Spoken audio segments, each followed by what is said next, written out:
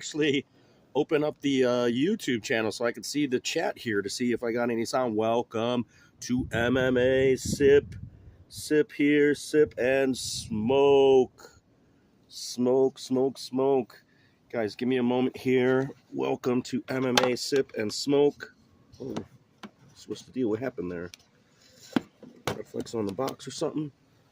I forgot to open up the whole YouTubes on these windows here. Yes, we are going to discuss MMA, but we are going to have some of this Maplewood Brewing'S Sidewalk Surfer. I had to have a little sip of it earlier to determine which cigar I was going to have with this libation.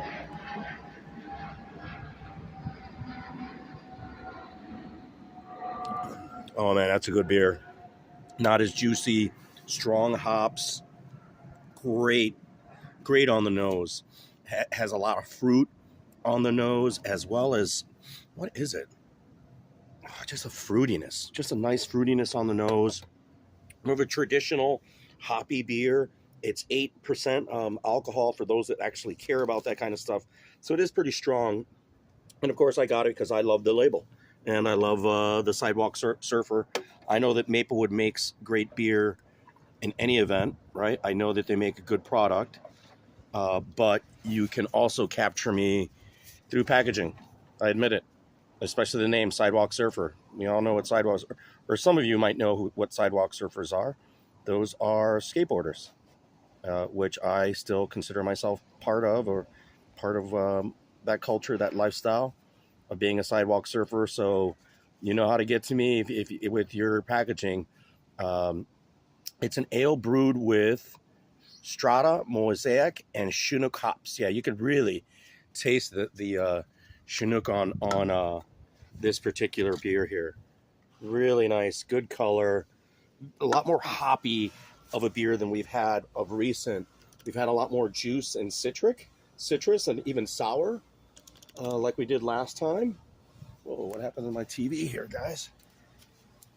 But welcome, bow betters, and welcome to Sip and Smoke. Yeah, I'm using this cigar box for a few purposes. Right now, it is serving both as a mouse pad for this computer that isn't operating too well. I don't know why it stopped. If anybody could get in the chat, let me know if I am indeed broadcasting here. Come on, people, what's up? But yeah, so besides, like, a good thing to do, let me, again, before I start talking too much, let me confirm that I'm at least broadcasting in some way. But I went to Binny's. I got the box here at Binny's, and it was only $2. There were some other boxes that I was looking at, and one thing I've noticed about the boxes is they're no longer being made of cedar. If you look inside, they're actually using like cheaper wood, and even this like really cheap, almost Chinese, or that same kind of wood that IKEA furniture is made out of, which is a composite. So it's being made out of a composite. I got it because I actually like the colors. It's a beautiful like label there that it's embossed right on this. It's embossed. It's really, really nice. It has the clasp, so it seals, right? And I'm going to use it as a little humidor. What I'd recommend people do, let me see here, is you know, like as I mentioned before, like when you go to your cigar shop, some places actually sell them. Ask them for some cedar strips, right? Strips of cedars with the cigars that actually do. And this box probably did have one large strip of cedar, right, dividing the cigars that were, you know, top and bottom, because there were probably 25 in this. Yeah, look at this. Look at how cheaply this box is made. But it suits its function. It works, right? It works. So what I'll do is I'll grab a cedar liner and I'll line this bottom here with cedar, and then I'll also try to get another layer to differentiate or separate the cigars, right? And then I'll use this, buy one of those Bovita or humidification units, right? I'll get one of those humidification units and put one of those humidification packets in there in its own separate area. Usually what I do is I still use these Benny's bags here. I put a lot of holes in this Benny's bag, and then I take that humidification unit and I put it in this bag so that it doesn't emit as much humidity as you would think, or that you would want, or that is really necessary, because it's such a small box. You don't need to use those packets in the same way, because you putting it in the cigar box. And then I'll put just about, not necessarily a full box of cigars in this unit, but I would say around 20 cigars I'll put into this box, right, with that. So to age. So I don't mind that. I had the idea of making the big humidor. You could get a decent humidor online from Amazon or even AliExpress or Temu for like $25, or Amazon, Facebook Marketplace, another location where I've seen some decent humidors, and I really should bite the bullet on one or two of them, or should have bought something in the past. But I find these little boxes just as useful. I don't really need, or I don't have a very area where I could, have the need for a nicer humidor. And until that time comes, I don't think I really require a nicer humidor. Still nobody in the chat. I don't even know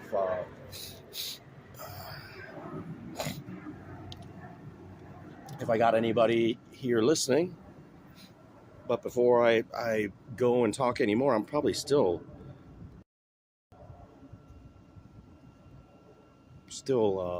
not even have any sound on this.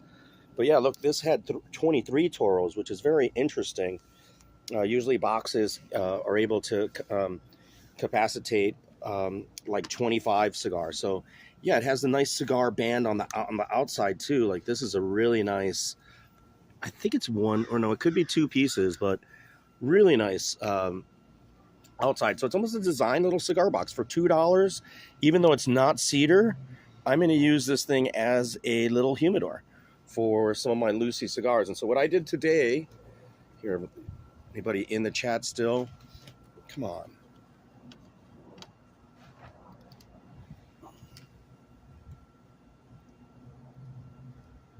Sorry to not say anything, guy. We're gonna miss the rain. Yeah, it's gonna take a while because I opened up a new window.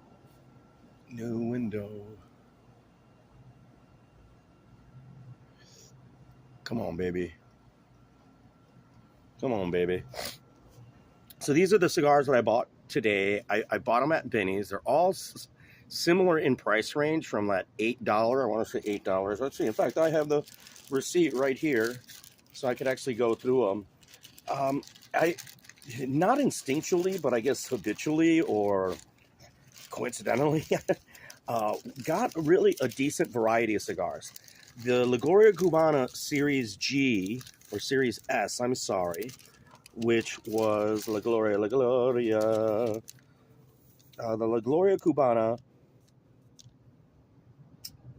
Series S Maduro Robusto was $7.65 for this cigar here. And this is a brand new cigar that's out there in the marketplace that I haven't tried yet. And of course, as I mentioned before, we're always searching for that great Maduro that has a lot of chocolate and oils and richness. So maybe we find it here in the Series G. This is the Romeo and Julieta Reserva. And I got this because Brian had mentioned, the Romeo and Julieta. He loves the Cuban Romeo and Julietas.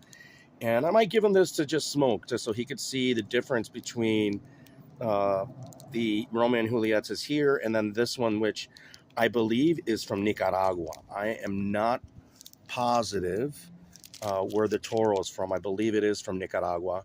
But the Romeo and Julieta Toro, good size, good ring gauge, good looking cigar. I forget how good H.Upman has been, of a cigar maker that they are. And they paired here with A.J. Fernandez to make the H.Upman heritage. So this cannot be a bad smoke, especially A.J. Fernandez putting his name on it with H.Upman, which is one of the greatest, most historical cigar manufacturers in the world. So we're looking at this. We're going to smoke this today with this Maplewood here. We're going to smoke that cigar right there. So that's our pairing for today, guys. Let me see. And the H.Upman cigar was $9.50 for the Heritage, and the Romeo and Julieta Toro was $8.85. And then we have I think a great price for the Olivia Figurado, which is another good cigar there. And that Olivia Series G Figurado is $8.25. So really good prices, I think, on all of these for the size and the caliber of tobacco. I think that this was all the way around just a win-win for all of us. Is anybody? Hey, is the person that's in here in the chat or watching? Can you just say, hey, you got sound? I could hear you. I'd really appreciate that.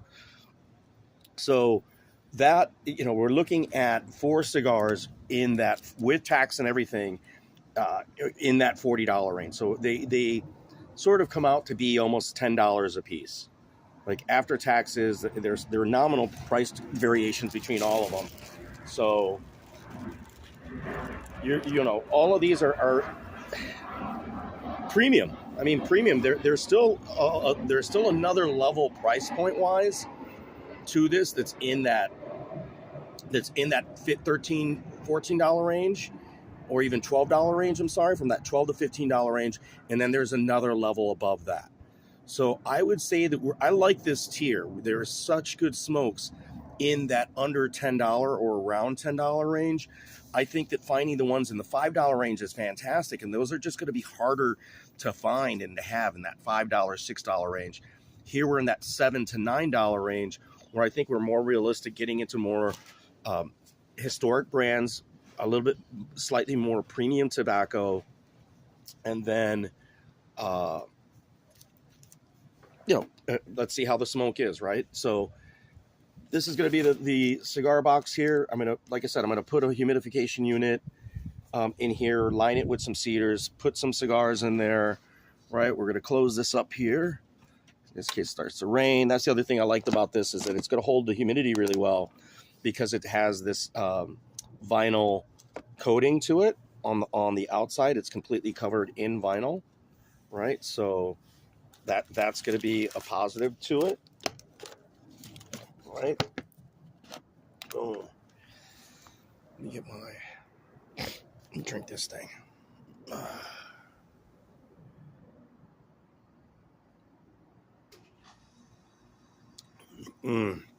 Wow, what a good smoke. I mean, what a good beer. Like very traditional. That Chinook hops, or what is that with the Chinook, or what is it here? Yeah, the Chinook hops are very, the Mosaic gives it a little sweetness to it. The Chinook really is evident in it. Very nice. Maplewood's double IPA. We're going to have that with this cigar here. And we're going to talk about the first fight. Damon Blackshear versus... Where's my other screen? Oh, well, this computer is just done. It's beyond frustrating, guys. It's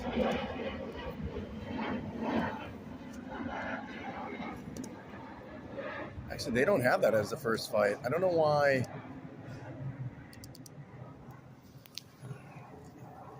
I'm getting eaten alive by the flies out here. I have to fumigate this whole area.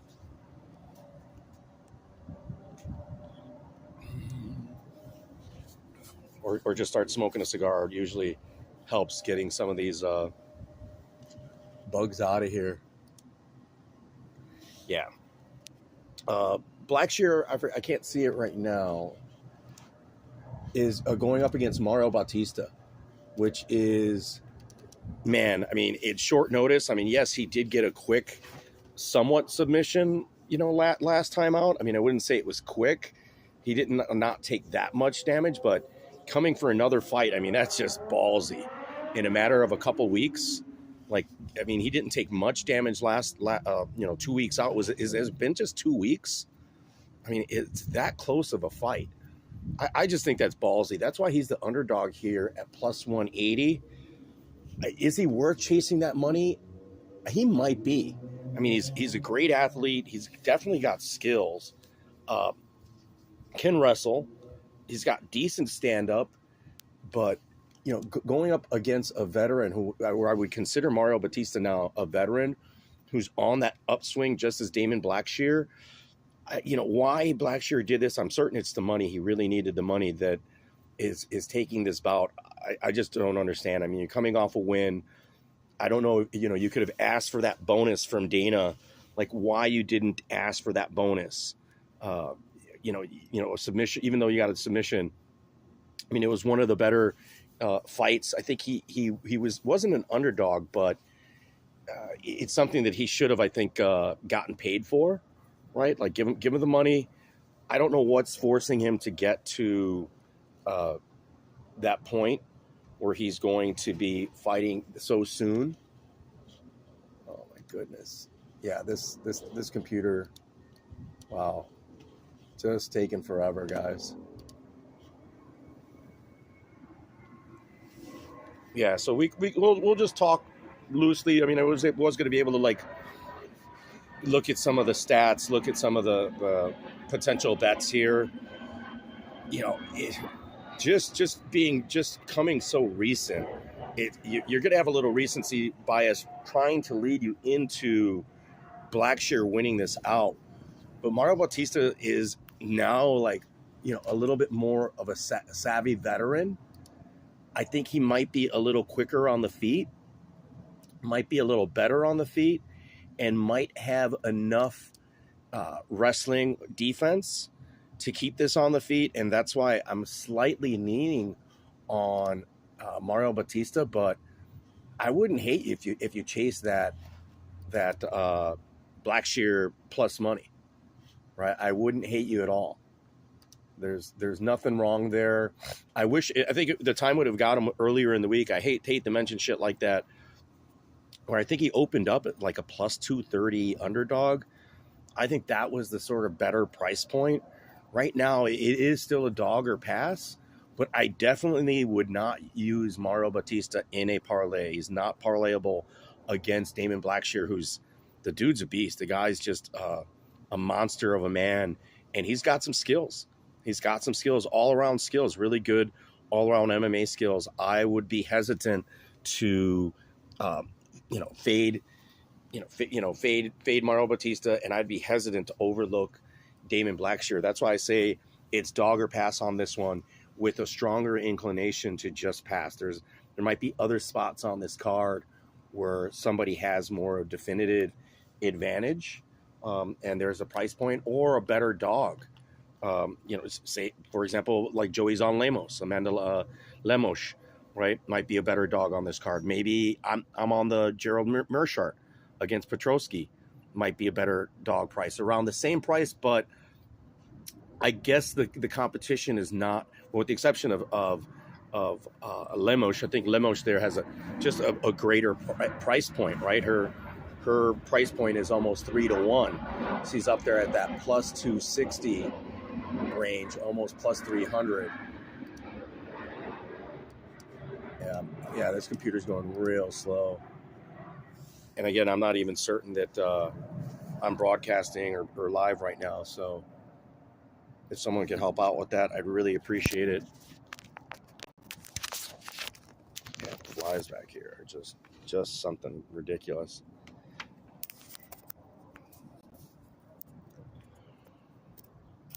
Yeah, in a second here, I'm gonna put the camera on myself. We're gonna cut the little pee-pee here, the little pee-pee. Joey, for pee-pee for Joey. There's the pee-pee. The Figurado. Perfecto, Torpedo. Right? I don't like to get lost in the sort of weeds with all the names, and yeah, it is important, right? With the shape, it's not as important. Some of the construction parts of the Leafs, yes, it is important. It's great to know the Ligado. It's good to know the parts of the plant, et cetera, so that you can get an idea of what, the cigar is constructed and what it might taste like, right? And how premium it is. Because, for example, the top of the cigar plant has the more premium leaves. And as you go down, they may not be as premium. And then this could be arguable. again, sometimes it could be a matter of taste. Some people have preferences for certain parts of the cigar than others. And of course, how they blend them. I'm all about the blending, not just the quality, but there's also that blending component, just like with beers, because everybody has water, hops, and malt, right? Or, to make a beer, but how you blend it all and how it all comes together at the end product is what's important, right? Man, these, look at how they just killed that fly. You saw that? That was disgusting. Just killed it, just squeezed it. It was on there. Yeah, this is, yeah, the computer is not cooperating with me again. Very unfortunate. So I can't keep the act moving. There's no flow here.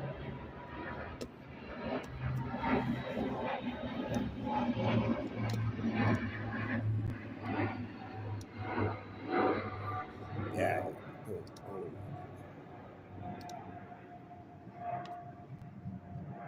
Next fight on the card is Cody Gibson versus Brad Katona. I think this is going to be one of the Ultimate Fighter fights. I mean, it's hard to go against Katona on this particular bout. If it's the Katona I'm thinking about, the English guy that used to work or train over that at BSG at Conor McGregor's camp. I mean, the kid has made quite a comeback. He had great potential. He was an Ultimate Fighter winner previously. It's hard to bet against him, right? I just can't see myself, the hell, betting against that kid, because it's just, he's good. He's got skills. He's coming back. Left the UFC. Maybe he could be, a new story, right? Oh, and this computer issues are giving me problems. And you have problems, just drink them away. Drink them and smoke them away. Welcome, bout betters. Yeah, people, welcome, bout betters. Let me see if I can make any changes to this computer. If not, that's okay. Fuck it. No, I can't. You're a little crooked there.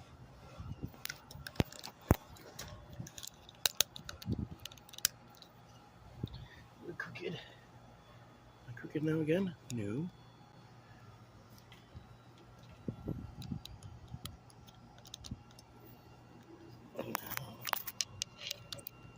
Oh, do do do do. Do do do do do. You guys are saying it's always the same thing with this guy. He's fucking never ready, never has his shit together. Oh, come on, guys. Give a guy a break here. Cut me some slack. Slack-a-lack. Quit the channel, Joey says. Joey says, give him the channel. Joey doesn't want to go live. He doesn't want to deal with people. He's a troll. He wants to troll people.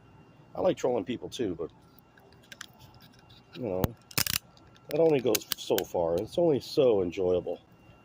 Trolling. Yeah, let's see if that works. I had a weird little angle. I'm going to win a little weird angle here. Yeah. Nobody watches this shit anyways. Oh, look at this. Smoke the cigar here. I'm not getting any power. There we go. There we go. We're going to cut the pee-pee.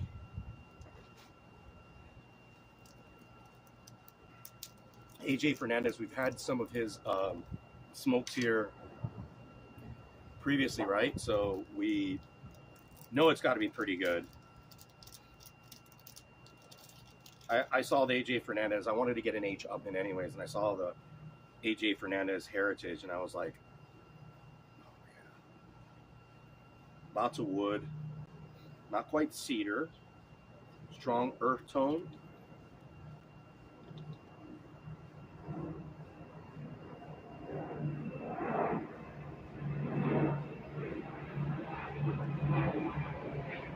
A lot of dirt. A lot of dirt here on this. A lot of soil. Not a strong fermentation element there. It doesn't have that flinty nor nor mineralish or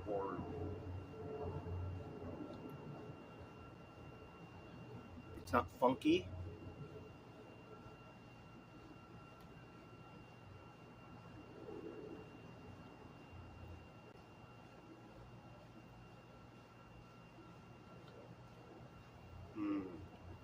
Very nice. Has this soft green,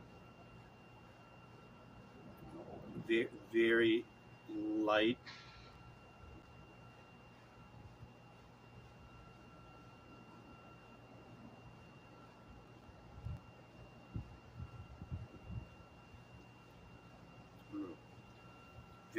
Very light plantainish, yes, green plantain. The plátano has a nice little soft plátano taste to it. I like that a lot. But with more of a strong earth and wood undertone, right? So let's see how this goes. We're gonna slice the pee up. The pee. Here's the pee for Joey. There's the pee for Joey. Let me see. Is anybody still in the chat? Yeah, this computer. As I mentioned, guys, computer is done. I mean, it works for me when I'm able to just sit down and it's already on. You know, I can get, when it's on and working, it works. But it takes like really for all the windows to open up and for it to sort of working. It takes like an hour just to sort of boot up and start working properly. And so that's where we're at on the computer. So that's really unfortunate because I don't even know if we're fucking broadcasting. I know we're live, but yeah, there it is. Oh, wait, let me see the cut of the pee. Oh, there it is. Look at that. Joey. The little pee cut. There it is. Psst. Psst. There it goes. Yeah, that's all you need, guys. Yeah, that opened it up a little bit. Like I said, strong wood. Nice light plantain, greenish, pastoral. I like that vegetable sort of back to it. Nice, guys. Very nice. So yeah, going back to, the fights here. God, again, I don't even know if I'm broadcasting, and it's hard to even. It's just, it's like, why bother? I gotta upgrade all my shit. That's all. Stop buying cigars. Stop buying beer. Upgrade the equipment. Stop traveling, which I'm not gonna do. Right? Like today on beers and cigars, guys, the Maplewood was $18 for a 4-pack. Right? That's pretty expensive. It's pretty premium, and I get it, but we're here at Sip and Smoke.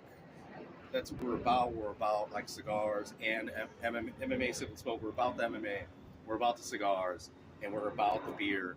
And we're gonna have the good stuff, guys. We're gonna have good stuff here. We're gonna learn, as I always mentioned, about cigars. You're gonna get a history lesson if you go back and check out the previous 2 episodes of Sip and Smoke. You'll get a slight bit of a history lesson, and you'll still get a bit of MMA discussion here.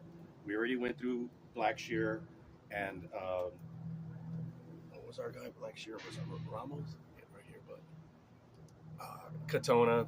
Yeah, this thing's not moving. I can't even like look at UFC stats here too. Yeah, this is bad.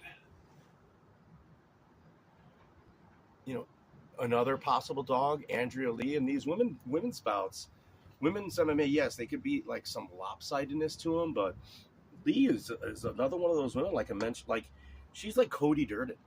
Like she's just dirty.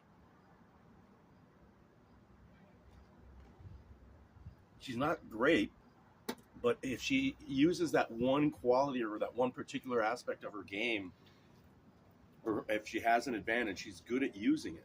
She's good at finding what she has as that advantage, whether it's kicking or whether it's wrestling. She's not like fantastic at anything or stand out at anything except for her ability, her physical ability. Like, she's very athletic and she's just tenacious.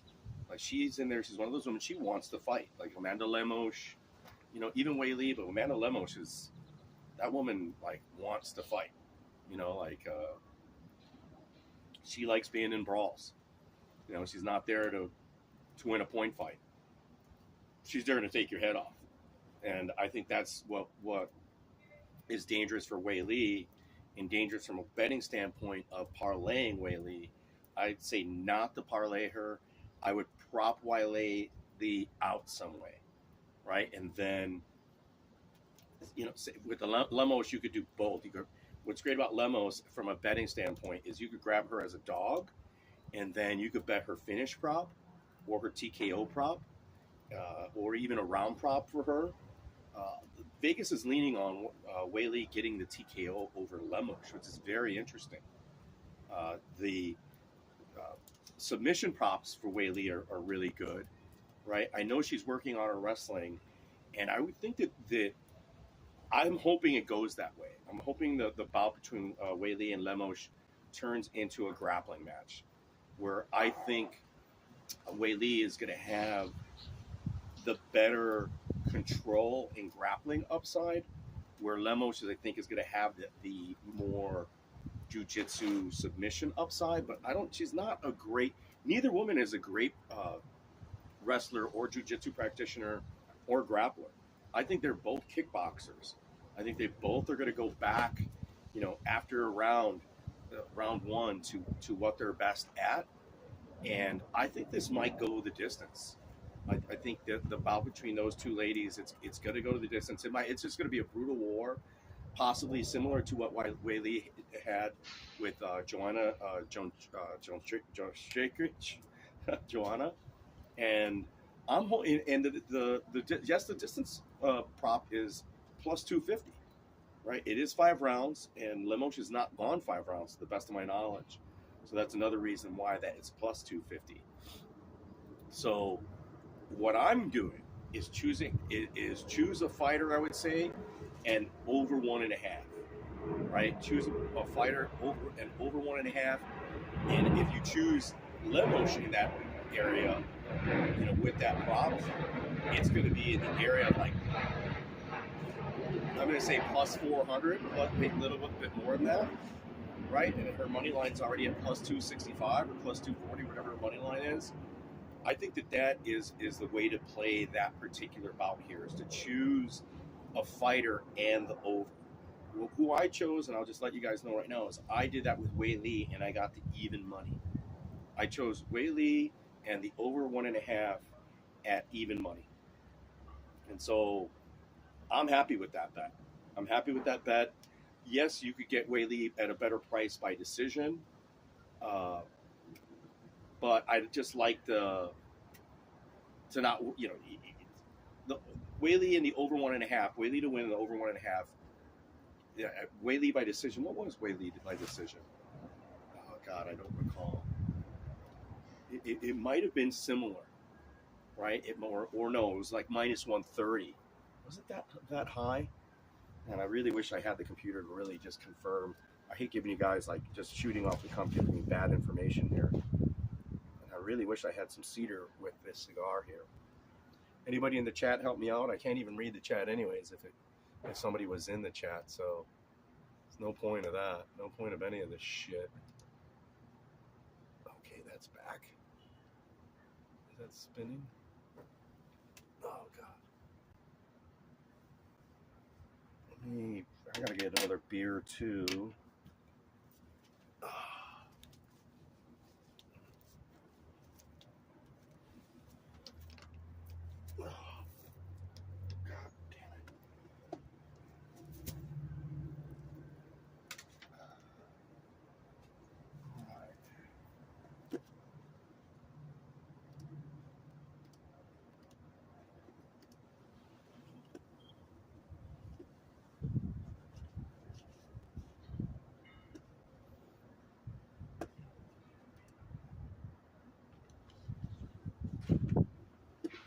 Yeah, since we were talking about Wei Li Zhang, and Lemos. Let's just hop to that. Let me see if the computer. Yeah, Lemos is at plus 280. You know, plus 280 for Lemos. Again, just like, I'm not going to hate people that jump on Lemos. I think her and Mearshart, in my opinion, are the best priced dogs that have the best skills on this card, right? I would say even more so than Shane O'Malley. O'Malley, as a dog, another person I wouldn't hate you if you jump on O'Malley. The dude can gun, right? Like, he's got great striking ability. He stunned Peter Yan. He stunned a lot of the people that he has fought. Do I think he won that Yan fight? Absolutely not. I think that Yan wrestled him, controlled him, right? And if that's what Yan could do to him, imagine what Sterling's going to do. Like, Sterling's wrestling, I mean, what did they do to Cejudo? Sterling's wrestling is just on point, right? And then people just ignore it, or just think of him as a wrestler. The dude, I'm glad he went back to his wrestling, because he was one of those wrestlers that, like, focused too much on his hands for a while. You know, he was hand fighting, and he doesn't need to do that. You know, out of Sarah Longo, he's, you know, Sarah product. Sarah's still in the corner there. His jiu-jitsu, you know, the Funk Master is funky. It's there. That he could do anything he wants in his jiu-jitsu. And for MMA jiu-jitsu, I would argue, oh, look at these flies just everywhere. I would argue that he has some of the, like, best MMA jiu-jitsu in a long time, man. He's up there with, like, Demetrius Johnson. You know, as far as MMA wrestling and MMA jiu-jitsu goes, he is the Funk Master, and he's pretty badass.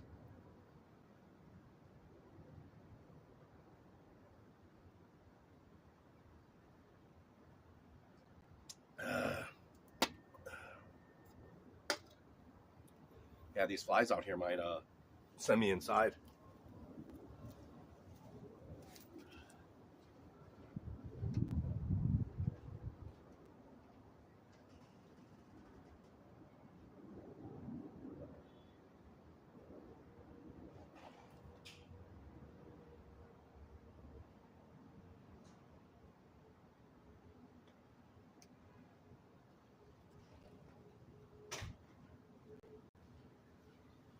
Welcome, bow betters. Nobody's in the house here. Nobody's in the house. Oh, there's Brian. Yo, O'Malley by the sub. Brian, look what I got you, brother. I got you. I'll bring this for you, Brian. I want you to try the Romeo and Julieta here from, I think it's from Nicaragua. We'll find out where it's from, but this is the one that's most noted by, and do I got sound? You can hear me, right? It's got a great cigar aficionado rating. People really love it here. This is the Reserva Real. We'll bring that for you to try, okay? And you can let us know how it is. I'll bring that for you. Hopefully, bring it as a winning thing here. Loud and clear, cool. Yeah, I got it at Benny's, of course. Benny's is a spot. Like, I mean, I love going to Norwood Park Cigars. He definitely has a better selection, but his prices are a little higher. And I think I could get at Norwood Park Cigars, it's about price. I love the service. I love the guy. I love the product that they have there. But I could basically get 4 cigars for the price of 3 when I go to Benny's. Right? There is a better value going to the big box store, right? And you know, I want to, if I'm going to give a cigar to somebody, I'm not being a cheap ass. I want to, you know, I'd love to support local, but the price point at Benny's, there wasn't anything on sale. Actually, these cigars were all on sale, but there wasn't anything like great, fantastic, super sale. But we got a good range of cigars today. And so we went through them. We got the Olivia Series G, right? The Romeo and Julieta Toro, good size, really nice and thick, great looking Connecticut shade wrapper, had to get it. And then the La Gloria Series S, new Maduro, brand new. So I wanted to do a review on that. And really great diversity of cigars. A Maduro, Naturale, Naturale with H.Upman here from AJ Fernandez, which I still haven't lit up. And then that Romeo and Julieta Connecticut shade. So really good diversity in the smokes that we got. Yeah, it looks like the props on on the app that I was looking at aren't up there for Whaley and Lemos. I was looking at them yesterday with man, my computer, guys. It is just it's debilitating. It's frustrating. Let me just stick to the bouts here. But yeah, I'm liking the betting on this card. I think there are spots to make money. Where last week I was very hesitant. I think people did mention Blackshear to me. People said McKinney round one. There were options but they weren't like really good plus money. They really weren't.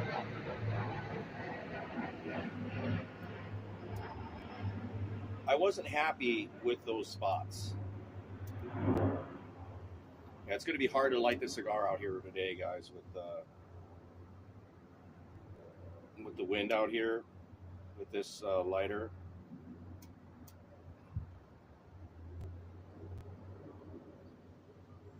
I have to wait for periods like that where there is no wind. Toast up this cigar a little bit. That beer is fabulous. Nice tasting, goes down well, nice and smooth. Good hops. It has a little Citra to it, but not much. But that fruity nose, that fruity start with the traditional hoppy finish is spot on. I like that in more like not juice beer, like beer that just is you might as well. It's like a smoothie of beers like that. I have a lot of that, which I love. Don't get me wrong, I love those juicy beers. I love that juice, but I also still love this more traditional beer, more European style hop beer that's a lager, the Kolsch's. I still enjoy those. Right? I still enjoy a Pilsner. I still like that traditionally made beer, just like in my traditional cigars. And all these houses are more traditional, especially H.Upman and Romeo and Julieta. H.Upman and Romeo and Julieta have been around for probably over like close to 100 years. Like those are true. H.Upman Cigar Company, I believe is it German? I believe it's German H.Upman, but German that had a presence in Cuba, as well as the Dominican Republic. I'll have to investigate some of that history. You could definitely go online. I'll be going to YouTube to look at the H.Upman history, and it's the same thing. But I'm pretty certain that it has a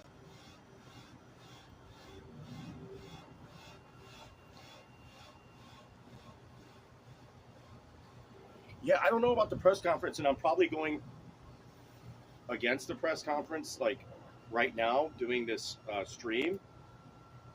I didn't even think about that. I just wanted to have a cigar, wanted to have a beer. And I think the shit talking would be good. I think the press conference between O'Malley and Sterling's going to be pretty good. Like both got the gift of gab too. Both are good talkers. Like both really talk really well. But I don't think there's a lot of talking that is necessary in this. I think we all know what's going to happen. Where I don't think we're going to know where things happen are in fights like AJ Petrosky and Mearshart. I'm hoping I know what happens with Lemos and Whaley. I'm hoping I know what happens with Magny and Ian Gary.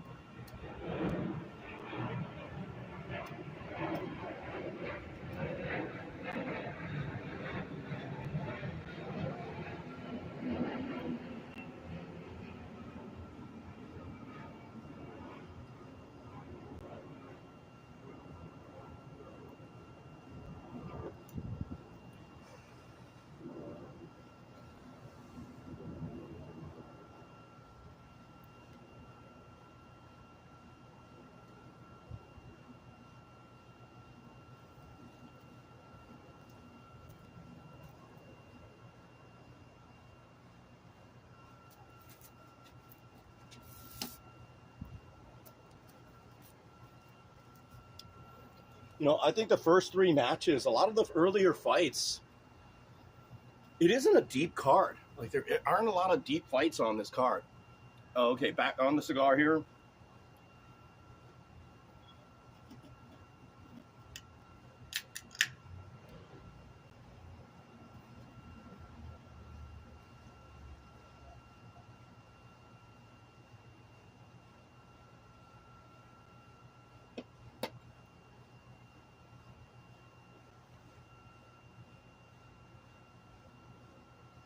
Very young, very young.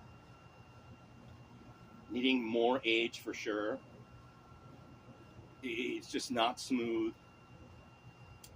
It doesn't have that richness yet. It has a strong green taste to it. Like it was like as though we're almost rushed, which is interesting. There's a little slight spice to it. Strong wood characteristics, but not cedarish. It has something else.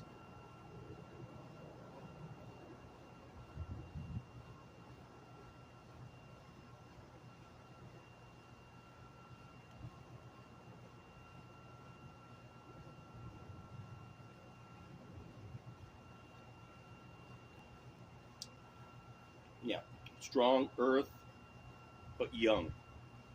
Like little pepperiness to it.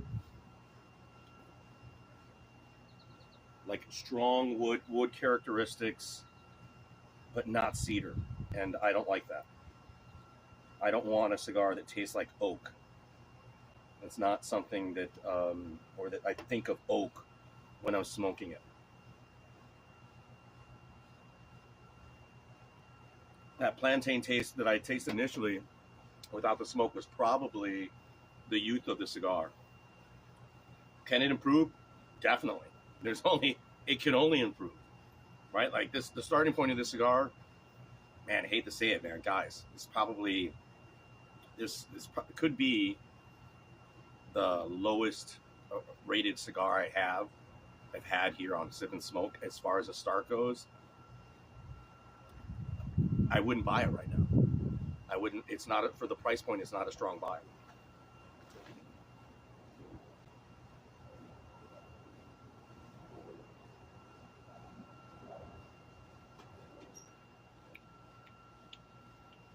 I'm going to say a pass. You know, there probably is, a certain person that likes this sort of mixture of that pastoralness with a very strong wood characteristic. But I was expecting a little more richness, a little more moistness. Um, but full bodied still. The body's not horrible. The construction's fantastic, but the flavor is almost a mono flavor. It's just strong wood. There's no complexity to it, and for me, it's a pass. Right? I'm not going to beat them up, and I'm going to smoke it. Um, Golf cigar, yeah, for $7. We've seen other cigars that are cheaper that are better than this, that you'd enjoy on the golf course or walking around, hiking, or on the beach a little bit better. Boring. Boring. Joey, I'm having computer problems to make it interesting. Tell me something. Tell us something in the chat. Ask a question, Joey. Make it less boring. Not just a pee-pee. Not just a little pee-pee in there. The black pee-pee. Look at, ooh, the little pee-pee.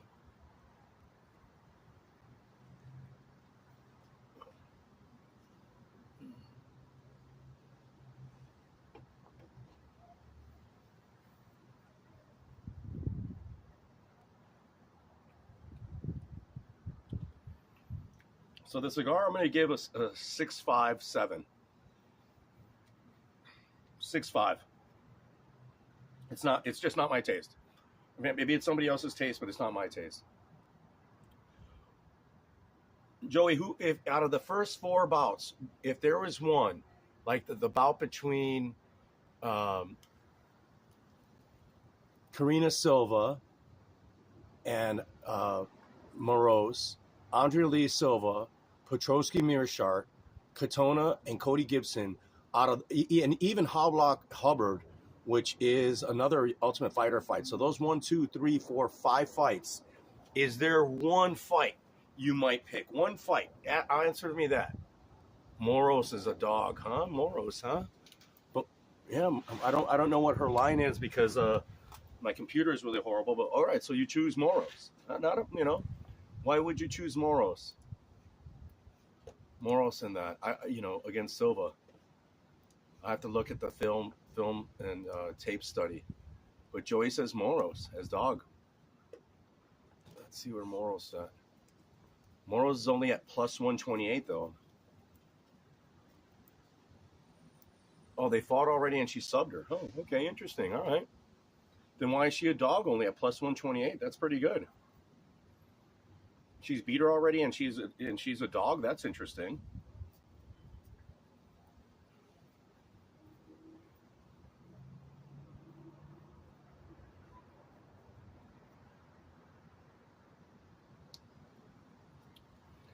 I think the first fight, if that is correct, they have but Mario Batista and Blackshear leading the card. If they do that, that's a great way to fucking start them.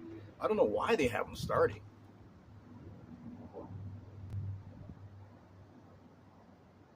Mm, this beer is so good. The beer is 8.5, right?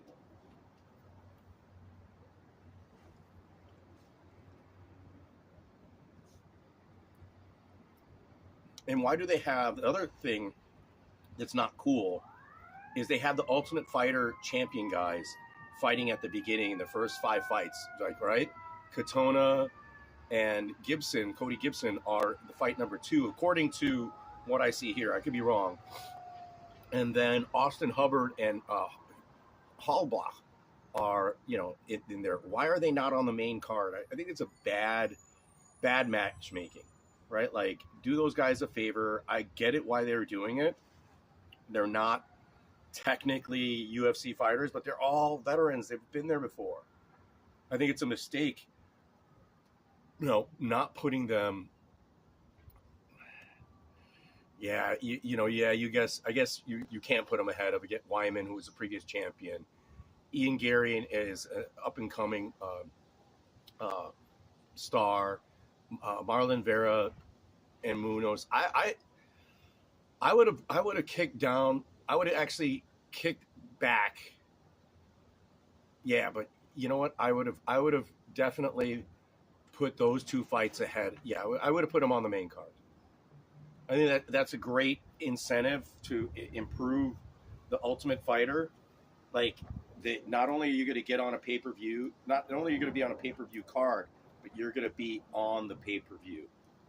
I think they made a mistake by not putting those fights for the Ultimate Fighter champ, title on the main pay-per-view card. I think bumping them down onto the ESPN card is, I mean, it's great, good to get people interested, and we're going to get it on ESPN Plus. But I think putting them on the pay-per-view card, they would have to give them bigger points and more money. I think that would be a better way to go to try to save and improve the show, where you're not only fighting for a UFC contract, but your championship fight is going to be on a pay-per-view card, and you might get better even fighters, and it just might improve the show in some way. I think it could really help to put them on the pay-per-view as opposed to not to. Because are really the fight between Marlon Vera and Pedro Munoz that much better than one of those other fights? I think it's going to be exciting. Like Munoz and Marlon Vera, I think it's going to be an exciting fight. And it's all going to be which Marlon Vera shows up. If the Marlon Vera that shows up that fought Sanhagen, Munoz is going to kick his ass. Munoz is a good dog at that point. If that's the Marlon Vera that shows up, that's going to be passive, that's not going to be active, that's not going to throw kicks, that's not going to be throwing punches, Munoz is going to just rip them apart. But I just don't see Munoz. I think Sanhagen was able to, and we saw that in the last bout, how he sterilized Vera was always keeping him thinking. Vera had no, fucking Sanhagen had shit coming out from all over the place. Hooks, fucking kicks, low kicks, high kicks, side kicks, jumping knees. He was wrestling.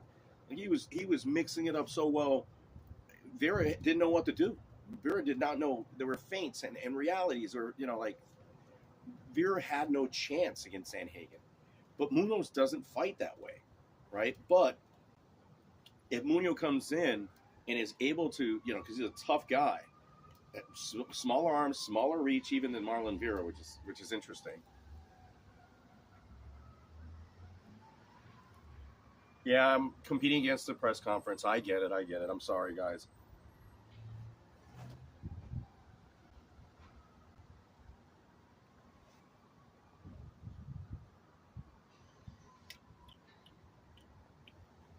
Little better. I could always watch the press conference later.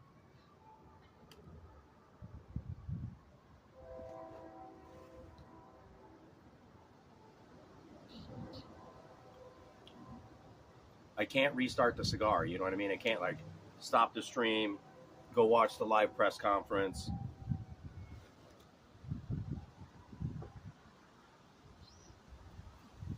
Oh yeah, let me see if I get we can respond to the press conference live. Let's see if I can get it over here.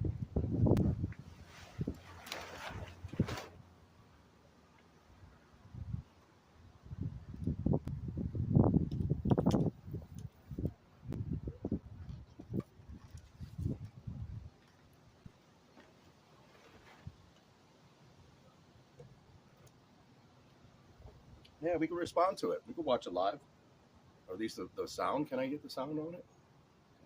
See if it starts up.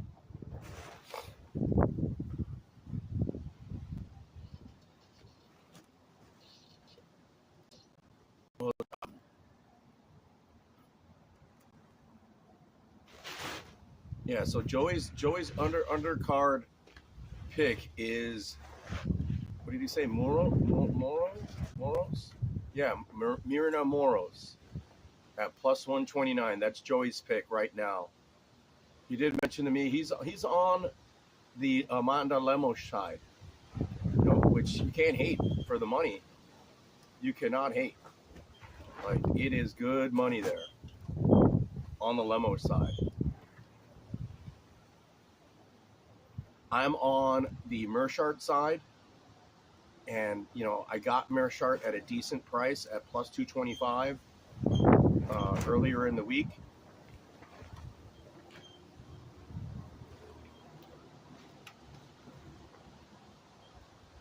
And if I could get Mershart by sub at his usual like plus 400, I'll be very happy with that. If it's more, I might jump a little bit on that. We're not going strong on any of these picks, guys. I'm not doing unfortunately, I just don't have the expendable income, or I do. I'm just spending it on cigar and beers. And the cigar has gotten better.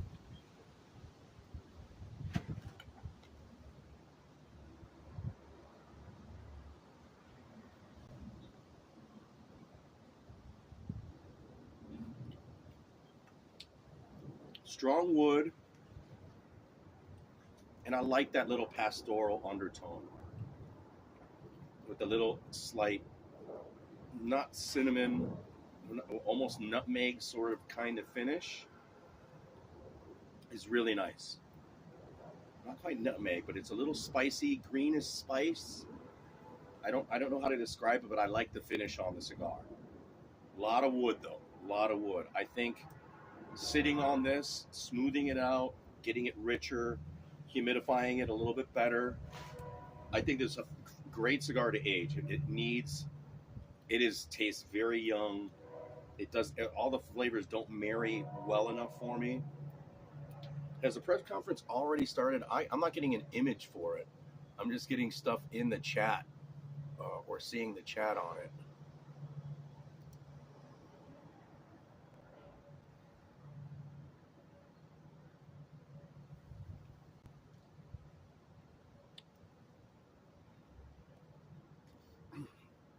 I like the press conferences. I ain't gonna lie. I like the hype.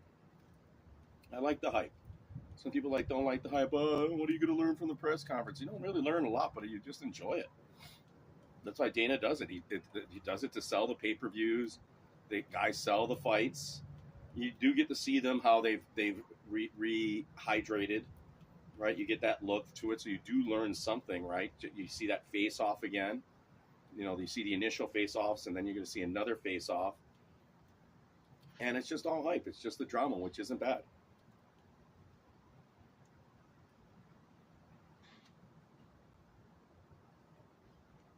Yeah, I got an image now.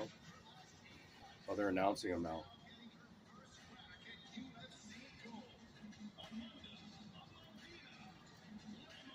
Amanda Lemos. I don't know if I'm allowed to like have the volume. Who cares? They take it down, whatever. There's Wei Li. Guys, right now, I'll let you know Wei Li's my main bet. That Wei Li to win in under 1.5 at even money. If someone could let me know what the decision, Wei Li just decision line is. I think it was like minus 130. Because her TKO line was only plus 130.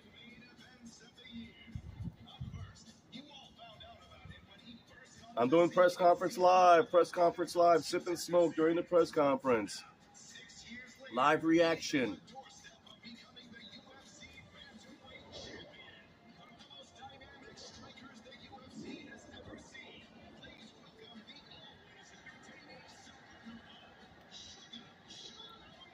Yeah.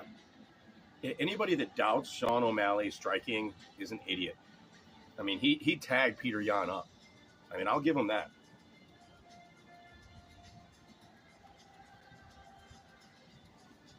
And we saw Sterling didn't want to stand and trade with Yan. Nobody wants to stand and trade with Yan. But O'Malley did, and yeah, I still think Sugar got his licks in there. He caused some damage. I still think that Yan, I have to look at the stats on that fight a little bit better, but not just look from control. I think even some of the more significant strikes, I think that Yan won that fight.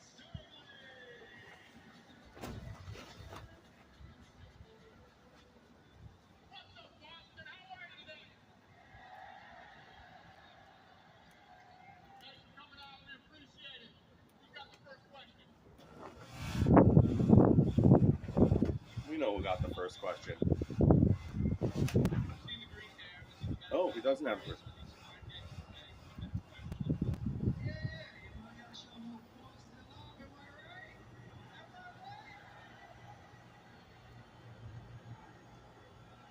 No.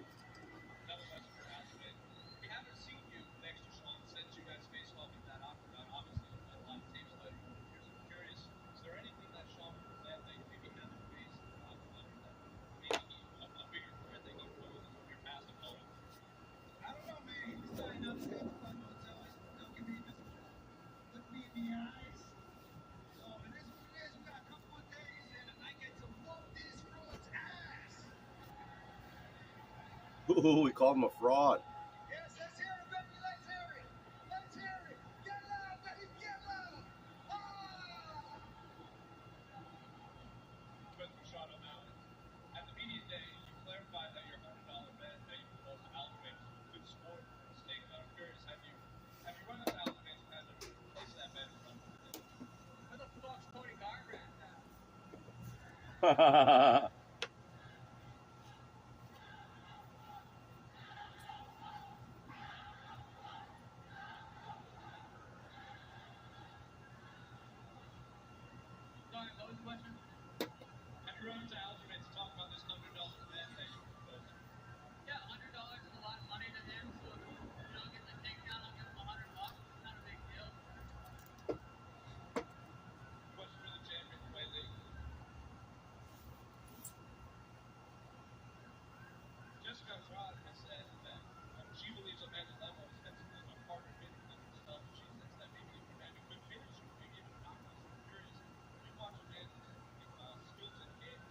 Yeah, if you're on the Lemos side for sure. If you're on the Lemos side for sure, you got to sprinkle her finish prop. You're on her side, take her on the money line and sprinkle something on the finish and or the TKO on her side. Or sub, just so take the finish prop, which I think is going to be like plus 400 if her sub prop, finish prop. If it's in that plus 400 range, it's something if you're on her side to take. Wei Li, do not parlay Wei Li. Do not parlay her. Not a parlay piece. He's not a lock. Like I'm betting the outcome goes a certain way. I think it goes the distance. I think it's a decision here. I think that Whaley's going to sustain the storm, weather the storm, use wrestling, avoids the. She's going to basically do a Sandhagen, like what Sandhagen did last week or 2 weeks ago. Whaley's, if she implements that game plan, she will win that fight, even by decision. She's going to dominate by wrestling, and I don't think that she might stand and bang, but I think she's got better wrestling. Her wrestling's gotten better, and I think she's the better wrestler at this point. She went to train with Cejudo. She improved her wrestling big time. She even took down Rose, right? Like in that fight, right?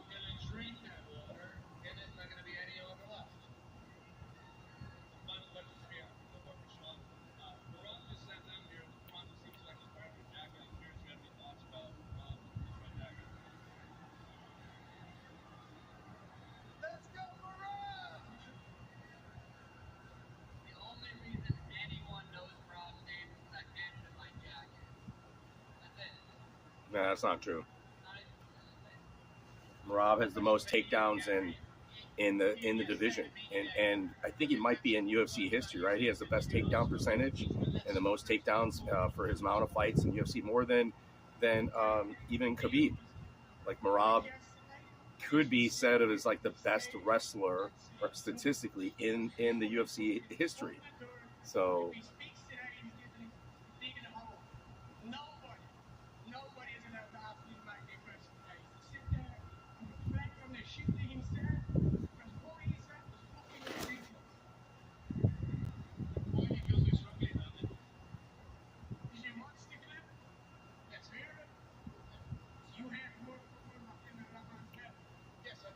Yeah, Cigar needs.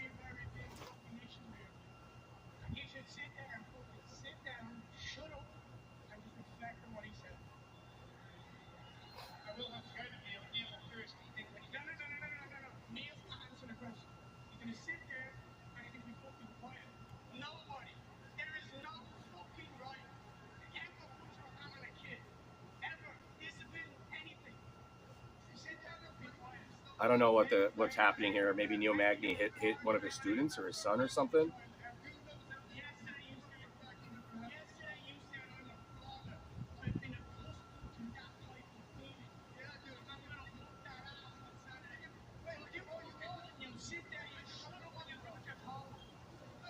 Ian Gary's pulling a Connor. You'll sit there and shut up. You'll say nothing.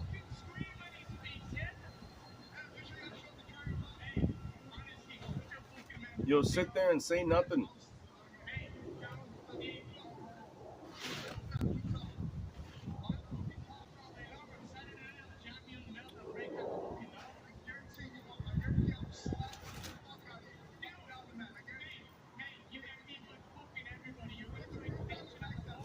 I'm liking this Upman now.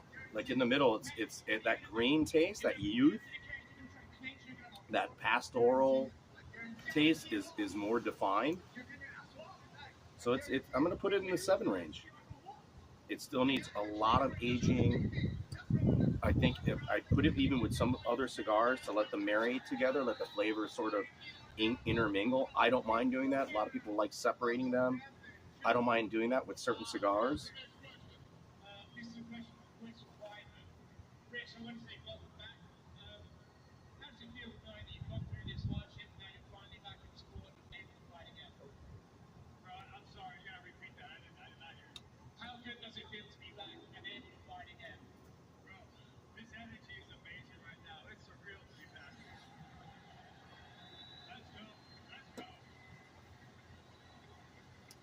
I think Wyman's washed up, and I don't think Brad Tavares is that much better, but Brad Tavares has good takedown defense, and I think he's going to piece up Wyman.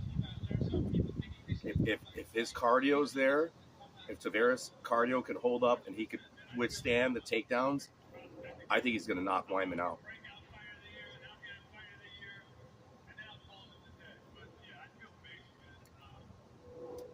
I think Wyman should have focused on his coaching. I think he'd be a good coach. He's got a good look to him. He can speak well. I think taking this fight is a big mistake for him. He had a good look. I think he should have went to acting school and he should have got on the table, on the desk years ago doing the broadcasting thing years ago. This is going to hurt him. But these are two older veterans. I think two guys on the way out. Tavares, I think, is also a good coach. He's got a coaching future. Also, another guy that should have been on the working on his broadcasting abilities. Good-looking guy, Hawaiian guy. We need a Hawaiian on the broadcast table. He's decent, well-spoken, good-looking. Get on the table. Stop the fighting shit, man. But they're both at that same thing, and I just think Tavares' toughness, his health, is going to weigh out over Wyman's health, both in the cognitive, the head ability, because I think Wyman's chinny at this point, and his knees, as far as his legs, they're gone. So Tavares just needs to go out there, keep this on the feet, throw tons of kicks, right? Like just throw tons of kicks at those legs. And once Wyman, that sting, he feels that sting in his knee again, he's going to fold like a chair. I think Tavares by TKO is the bet there, and I think he could get it. But I'm going to avoid that, but I might bet Tavares on a TKO. It's going to be a risk. Let's see what the price is at that point.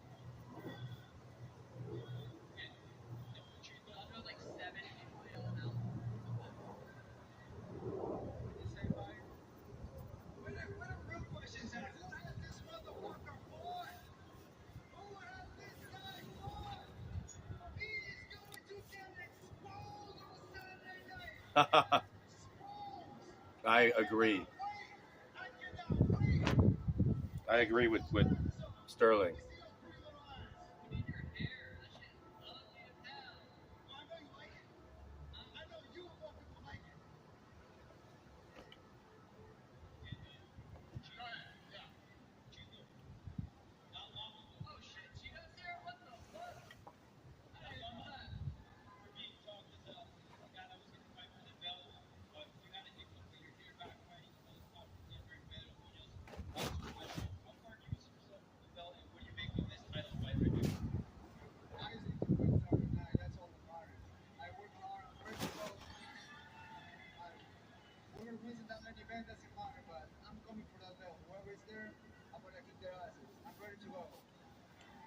Sean said if you win the title, you'd like this first defense to be against you.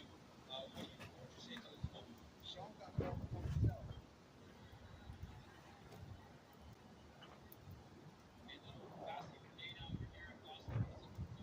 Shit. Sandhagen's getting the next title shot. How do you not give Sandhagen the title shot? You got to give Sandhagen the rematch against Sterling if he wins. Or even the match against O'Malley. That would be a great match, a great, exciting fight.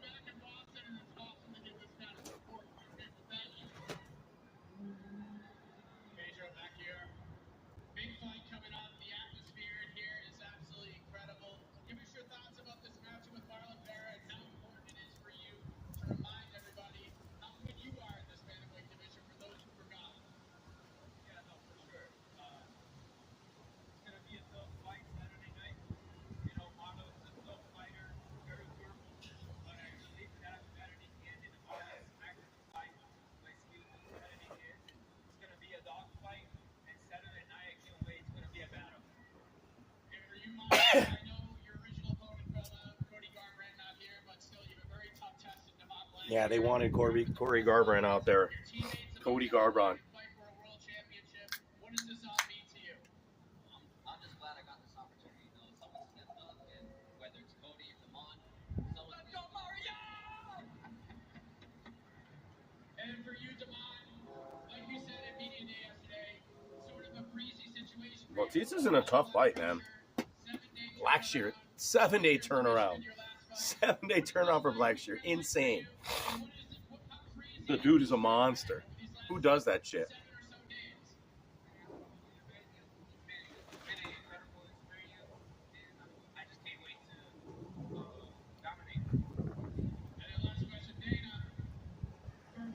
For years, people are saying, when do you come back to Boston? When are you coming back to Boston? This is the city everybody's been asking about for the last 4 years. Is this living up to the hype? This crowd is on fire. Is this living up to everything you expected after everybody's been hounding you for the last 4 years? Yeah, like I just said a minute ago, we're sold out. Highest gate ever. One of the highest gates ever in Boston. Wow, one of the highest gates ever. What a homecoming for Dana, huh? For Dana, there's been a lot of discussion recently about who the greatest bantamweight of all time is. Do you feel like the guy sitting to your right now, is he the greatest bantamweight as it stands, or is he fighting for that on Saturday? Yeah, I was talking about that, if you don't know, yesterday we were walking through the guys that he beat. Obviously, Saturday night was a big night for O'Malley to possibly win and become world champion. And then for him to knock off the number 2 contender in the world right now and continue to build his legacy. A big fight on Saturday night for both of these guys. Yeah, if Sterling wins this fight, he should ride off to the sunset, man. But they don't. A lot of fighters need to be like Khabib, need to be like GSP. There's a, you know.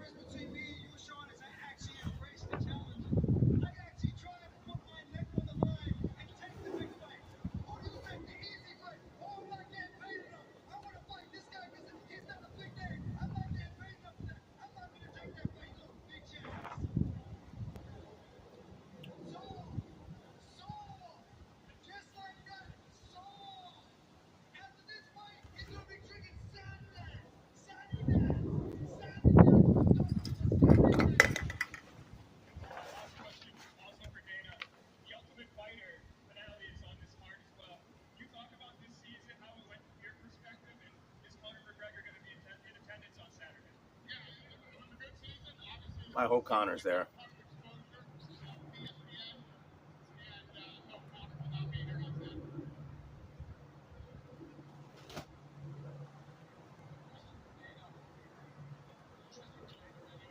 Nobody, I got nobody watching me.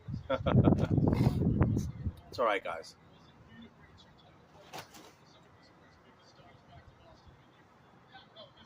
What are you doing there, real?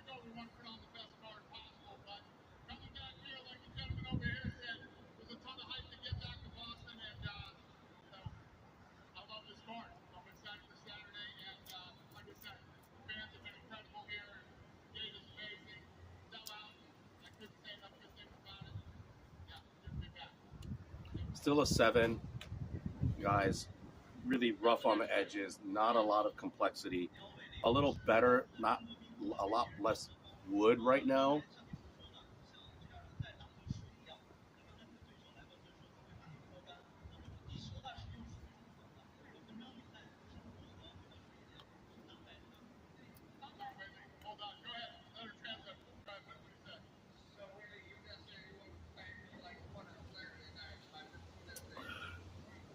Oh.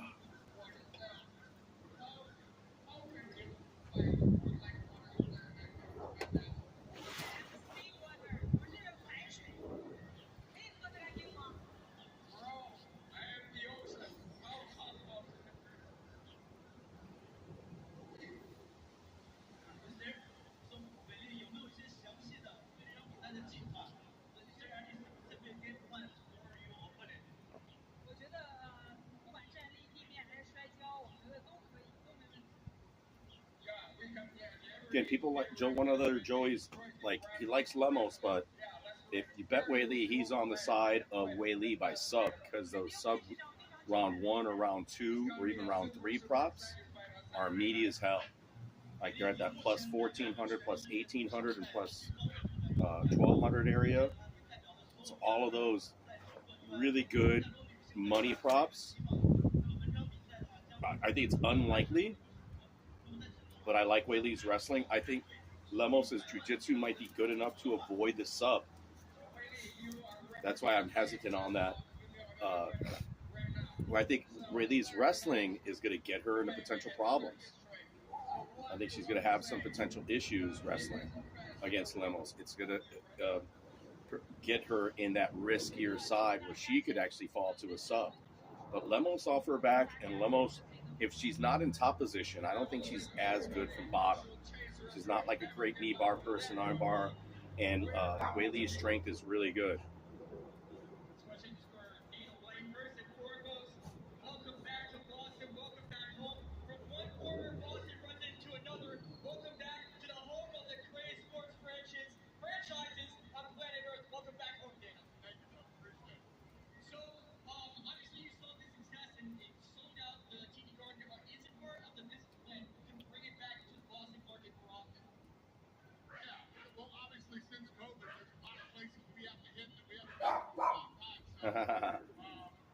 There she is, real. I don't know how soon we'll be back, but any excuse I can get to come back, I take.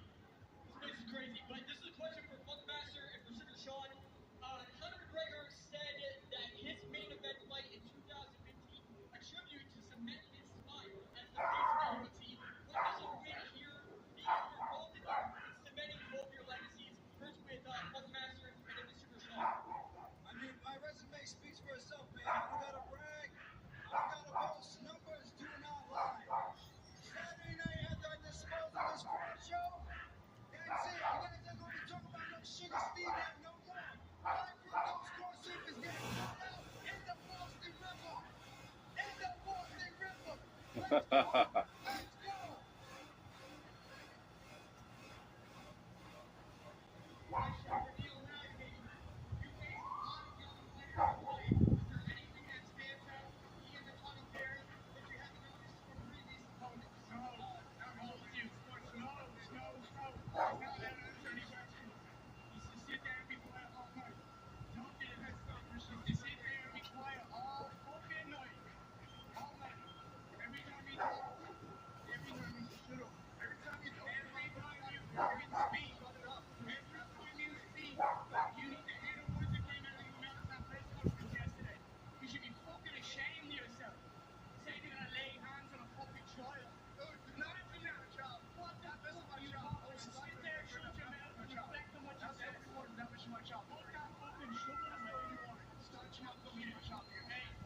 Yeah, I think they were talking about maybe Magny did something maybe to one of his kids. I have no idea.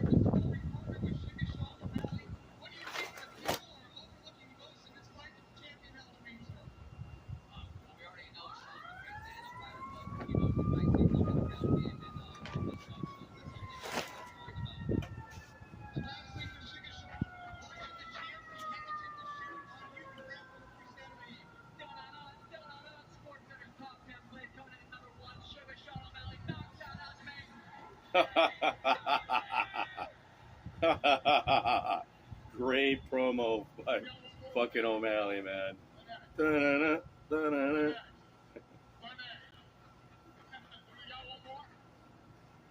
Yeah, Sean, right here, Sean. I'm just wondering, is this fight the knockout or bust, or do you have the tools to win a decision over 5 rounds? Yeah, of course. Every single fight I go into, I'm looking for the knockout. What is a browser? A browser The is really fuck? good. It's where you access your search engine. How did they get an ad in? Hey! Shredded! I can't wait to get logged in the charge so I can beat this guy's ass. I tell you that. I tell you that. Listen on my suit.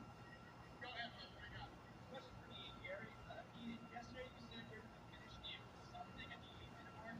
What do you see in his style that makes you Yeah, Aljo looks good, man. He is shredded. Anyone could be knocked out, and Sugar could do it, but I mean, he could knock out Jan. I don't think he's going to be able to knock out Sterling, and I don't think he's going to be able to avoid those takedowns. Like, look who Sterling trains. His main training partner is Marab, and Sterling beats him. So how good is Sterling's wrestling?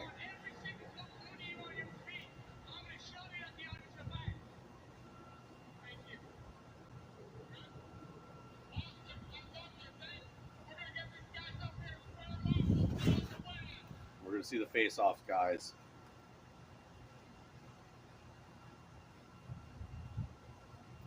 This video might be pulled. That's okay.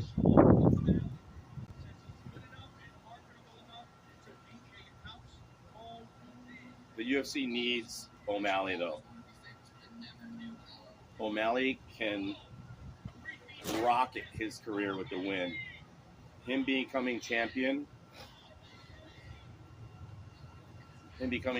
will make him into a superstar. He's correct that if he wins and knocks out Sterling, it will be ESPN's #1 play of the week.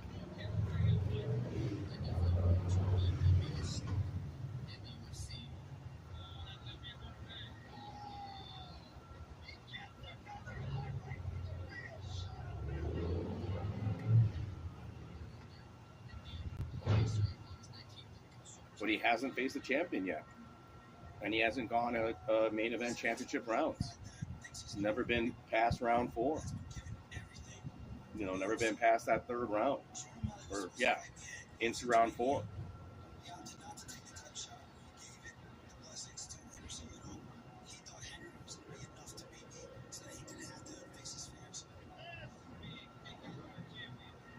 I think Sterling could sub him. Or get a ground and pound finish.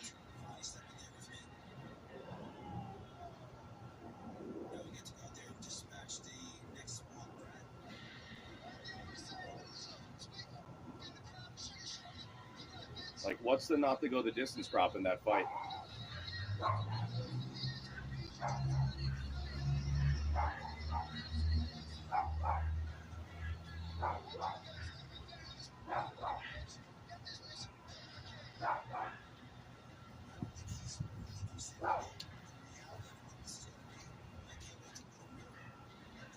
Nice strong finish on this cigar here. I think we put it in the 7 club, so it's respectable. You know, AJ Fernandez and H.Upman aren't going to put their name on a bad cigar, and that's why I bought the cigar. There's no way that the H.Upman company nor AJ Fernandez are going to put their names on a product that is subpar. I didn't like the start. Tasted one-dimensional. And like, I think Sean O'Malley's one-dimensional. You could be a one-dimensional champ. Look at Adesanya. Look at Pieta. You could be a one-dimensional fighter and still be a champion in the UFC, right? You've seen that in MMA. If your one skill is that much better than other people, if it really is that next level, and you got good takedown, you ability to avoid the grappling. Like, if you're a striker and you're that level of a striker, you can be a champion. So, and O'Malley is that dude, is that guy. He is next level striker. His striking is that good, right? But at the same time, I think Aljo has the strength factor, has that cardio, has the IQ, and his grappling is as good as his striking is. I think his grappling is better than O'Malley's striking overall. Did they just kill the stream? No, they didn't. You to go and bark at him again?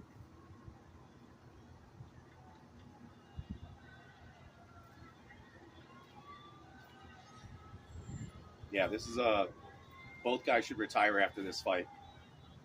Severus and Wyman. I'm leaning slightly on Severus there.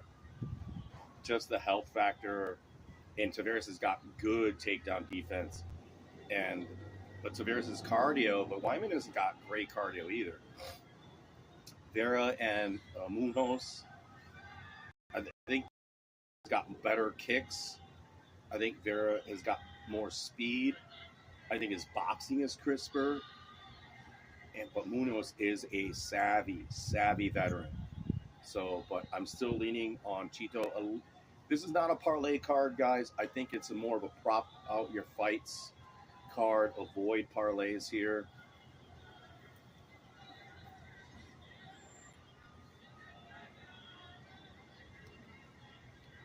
That is a good fight, man, right there. Bautista, Blackshear. I think I might jump on Blackshear. 7 days notice. I wish I got Blackshear at a better price.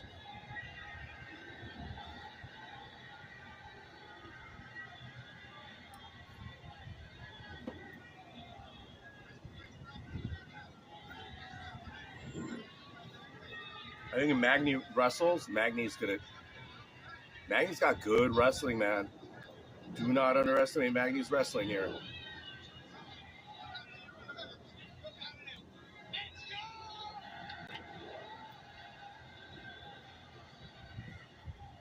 Magny's a live dog here, guys. Magny, what is Magny's number?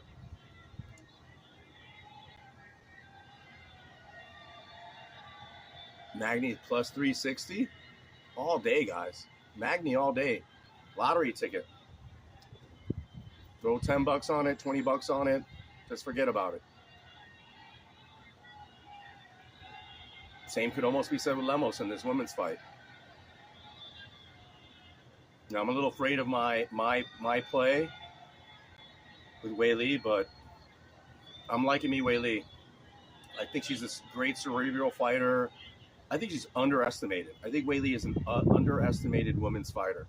I think she's highly skilled, very talented, well-rounded, is so improved in her grappling and wrestling. I'm on Wei Li there, but I'm not going to parlay her. I'm going to put her in. I'm going to prop her out, and like I said, I got her even money, over 1.5, and her to win. That's what I played. I might sprinkle something on her decision prop, and I might sprinkle yes to go the distance. I think it was in that bout is plus 250. I might sprinkle that. I'm not certain yet. I think O'Malley doesn't have that much of a height advantage against Sterling. He's got the reach advantage for sure.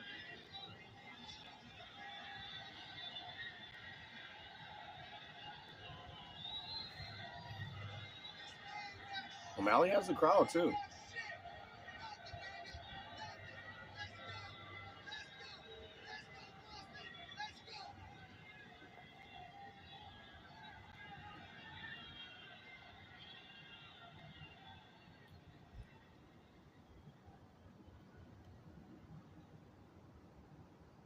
That was weird. It's like they edited it. Yeah, so there we go, guys.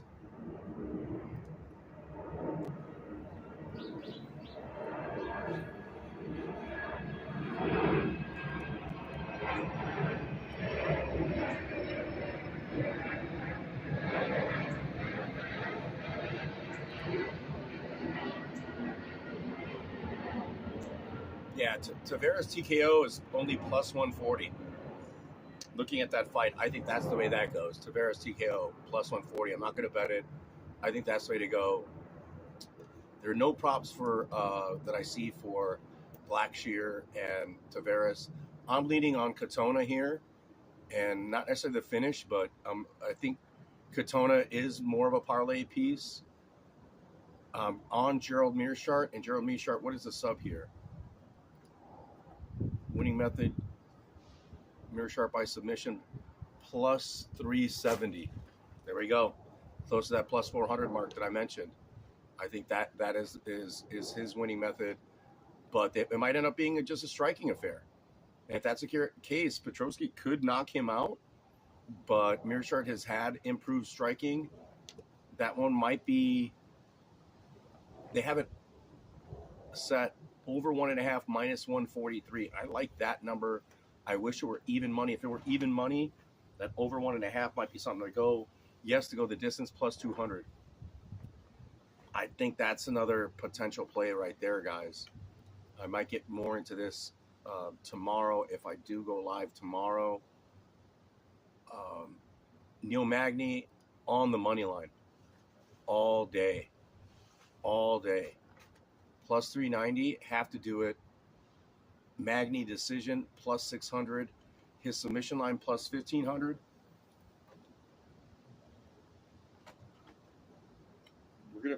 We're gonna see Ian Gary's wrestling tested tomorrow.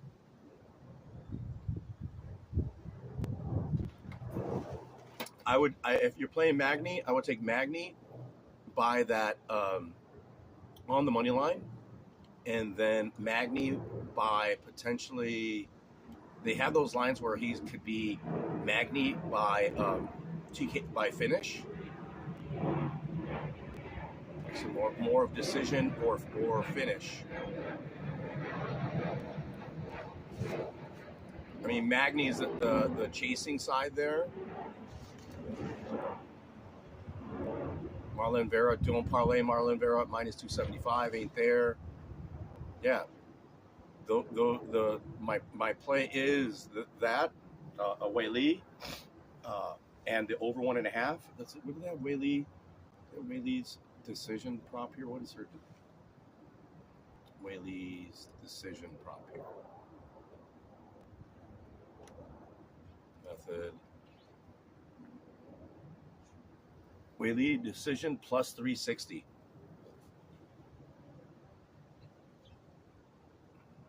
Plus 360 by decision.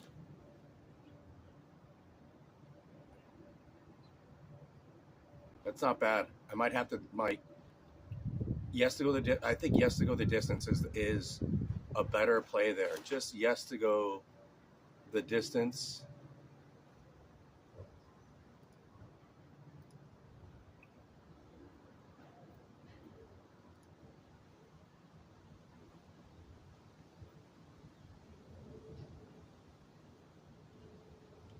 Yeah, Weili Zhang and over. Rivers has it differently. They have it minus 122 for Weili Zhang to win and over 1.5. The decision prop might be better there, but I like that over 1.5. I like that play. That's my main play, guys. Weili and the over 1.5. At even, I got it at even money. I'm happy with that. That's my play. I mean, we'll probably have some others. I have Meerschaert on the money line, and I'm definitely going to sprinkle that submission prop, right? I'll have to look at DraftKings to see some other things there, but it's definitely a prop card, guys. Nope, you don't need to parlay anything here. Pick those props right. I think even round props are decent here.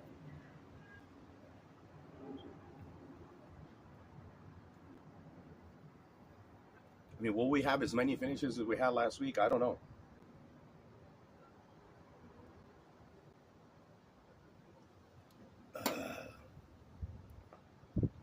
Go have one more beer.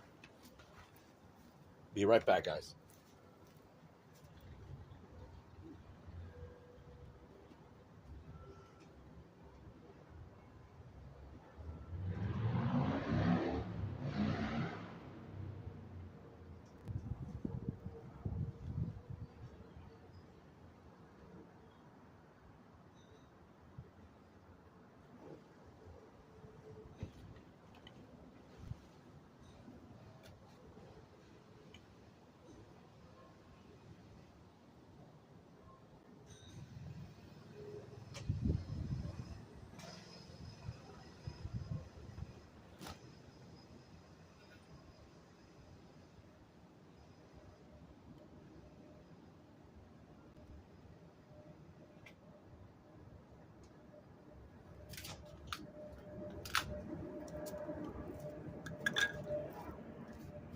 Yeah, I mean, yes, you could play that. Other than the play that I'm already made, though.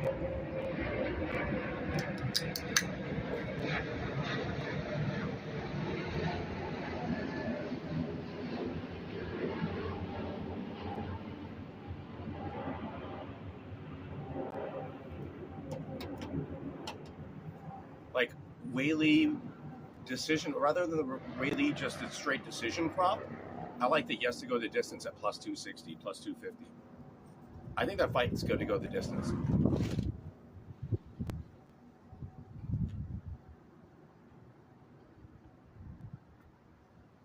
Yes, Lemos is a finisher.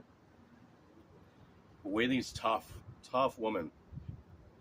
Yes, she could be knocked out. I think, again, if you're on, I'm more focused. That is my main fight to look at for the money on either side is Weili and Lemos. And that's why I keep going back to it.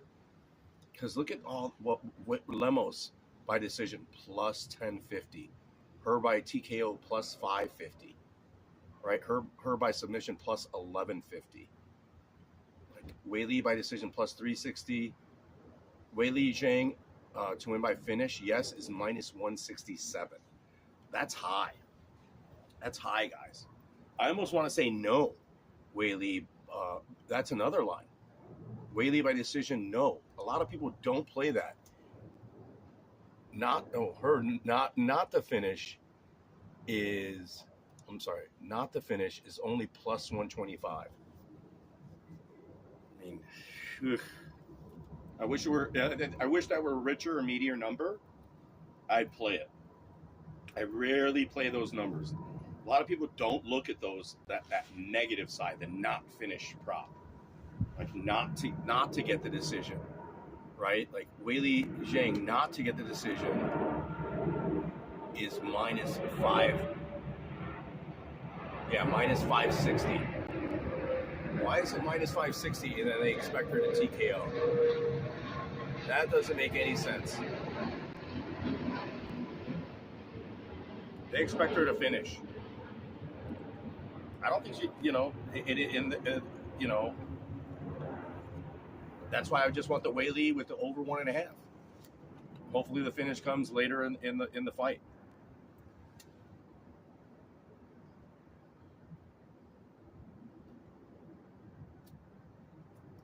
I'm on the Whaley side, but if you're on the Lemo side, great profit there, man, guys. If you're on that dog, I think she is the best paying dog. Other than maybe O'Malley, I haven't looked at some of the O'Malley props. What is O'Malley by TKO? Or decision? That might be his alternate winning method is TKO or decision, right? Rivers doesn't have that.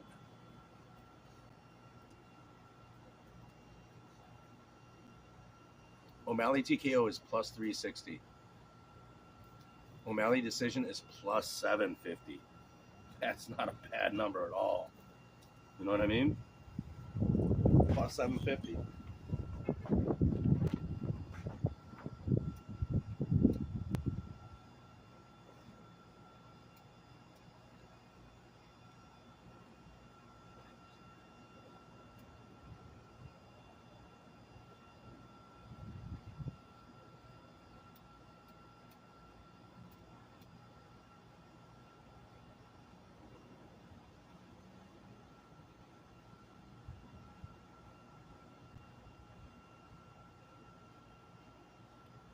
I mean, in the Geary fight,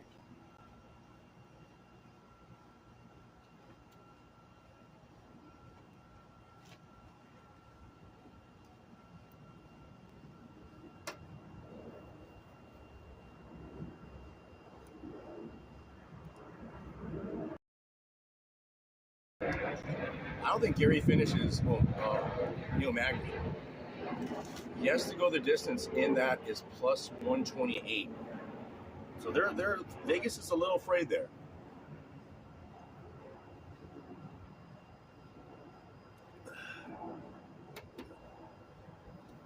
I think looking at the alternate methods of victory and the time props on this card, or even round props, if you think somebody's going to finish, win that, is always good paying. But I like the alternate method of victory throughout this card. I like Weili Zhang by finish, by some form of a finish or decision, right? I like that. I like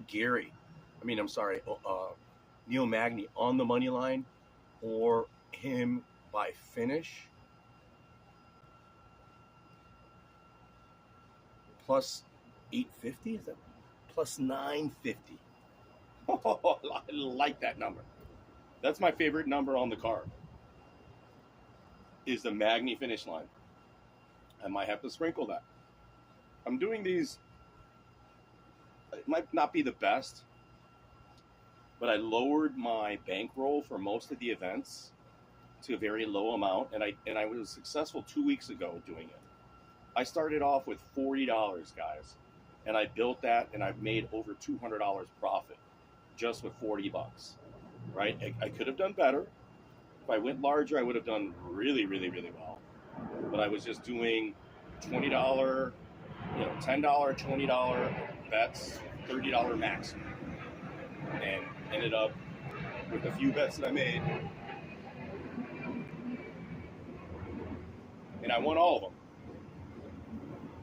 Like making, $200 plus, right? Like basically, I made 260. So you guys do the math. Like I quadrupled my profit, my bankroll. This card, because I feel a little more confident on certain things, my bankroll is a little higher. My bankroll is going to be in that $200 range. So I have to find out how I'm going to level out my bets and how I'm going to manage my bankroll in this bet. Oh, I didn't do the watch check. It's the Seiko SNK. Doesn't matter. This watch doubled in value. A lot of people say, oh, the Seiko 5s most overvalued resale. Like, don't invest in these for resale value. I don't do it for resale, guys. I don't do this for resale. Great looking watch with that Coke dial. It's not. It's a charcoal gray. It looks black, and in certain light, look at that. It looks white. Can't beat this dial. Beautiful dial. Had it with the gray straps to match the gray Vans, right? The gray Vans. So, guys, good betting card here. Good card for us here. We just have to find out. Like I said, I like the like certain time props. I enjoy. I like the over 1.5 in Whaley and Lemos. Like, I like the over 1.5. What is the over 1.5 in the main event? I like that too. What is the over 1.5? Over 1.5 is minus 305.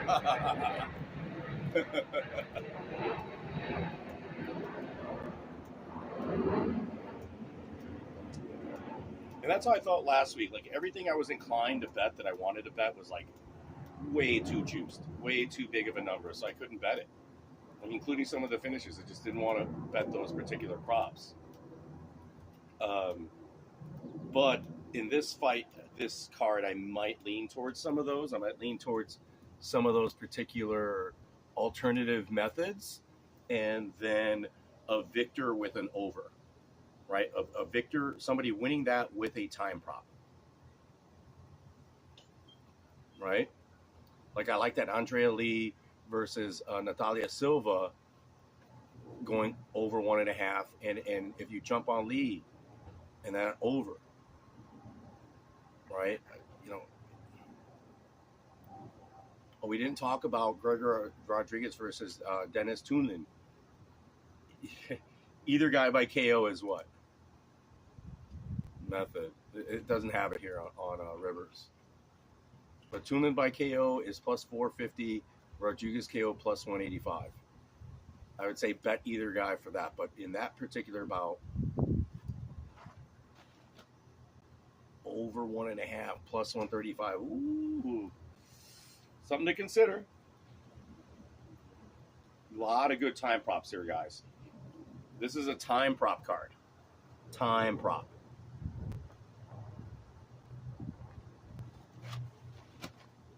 That's what I'm focused on. In this card, I'm focused on the time props. I say, yes, there's going to be a finish, but I don't know if the finishes are going to come early. For these, like, over 1.5s, I'm just not certain of it.